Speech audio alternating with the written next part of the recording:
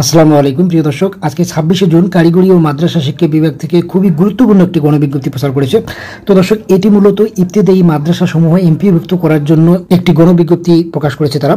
তো দেখেন, আমরা বিস্তারিত দেখি যে এত দ্বারা সংশ্লিষ্ট সকলের অবগতির জন্য জানানো যাচ্ছে যে অনুদানভুক্ত স্বতন্ত্র ইবতেদায়ী মাদ্রাসা সমূহ এমপিওভুক্ত করার লক্ষ্যে আগামী 3 জুলাই 2025 তারিখ সকাল 9টা থেকে 10 জুলাই 2025 তারিখ বিকেল 5টা পর্যন্ত অনলাইনে আবেদন গ্রহণ করা হবে। শিক্ষা মন্ত্রণালয়ের কারিগরি ও মাদ্রাসা শিক্ষা বিভাগের ওয়েবসাইট অর্থাৎ tmed.gov.bd অথবা মাদ্রাসা শিক্ষা বিভাগের ওয়েবসাইট dme.gov.bd অথবা বাংলাদেশ শিক্ষা তত্ত্ব ও পরিসংখ্যান ব্যুরো অর্থাৎ ব্যানবেইসের ওয়েবসাইট banbase.gov.bd এ অনলাইনে ইবতেদায়ী এমপিও অ্যাপ্লিকেশন শিরোনামে প্রদর্শিত লিঙ্কের মাধ্যমে আবেদন করা যাবে। অনুদানভুক্ত ইবতেদায়ী মাদ্রাসা সমূহে এমপিও ভুক্তির আবেদন সরাসরি ইমেইল বা পত্রের মাধ্যমে কারিগরি বা মাদ্রাসা বিভাগ অথবা এর অধীনস্থ কোনো দপ্তরে গ্রহণ করা হবে না। তো দর্শক, ইবতেদায়ী মাদ্রাসা সমূহের জন্য খুবই আনন্দের বিষয় এটি। তো এখানে এমপিওভুক্ত যেটা যে আবেদনটি করতে হবে 3 জুলাই থেকে 10 জুলাইয়ের মধ্যে আবেদনটি করতে হবে এবং 3টি সাইট দেওয়া আছে এখানে, কারিগরি ও মাদ্রাসা শিক্ষা বিভাগের ওয়েবসাইট অথবা ব্যানবেইসের ওয়েবসাইট অথবা মাদ্রাসা শিক্ষা অধিদপ্তরের ওয়েবসাইট থেকে আবেদনটি করা যাবে।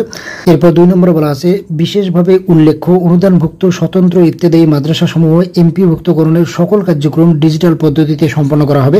এই পদ্ধতিতে স্বতন্ত্র ইবতেদায়ী মাদ্রাসা স্থাপন, পাঠদান, স্বীকৃতি, পরিচালনা ও জনবল কাঠামো এবং এমপিও নীতিমালা 2025 অনুযায়ী নির্দিষ্ট মানদণ্ডের ভিত্তিতে যোগ্য শিক্ষা প্রতিষ্ঠানসমূহের তালিকা প্রস্তুত করা হবে।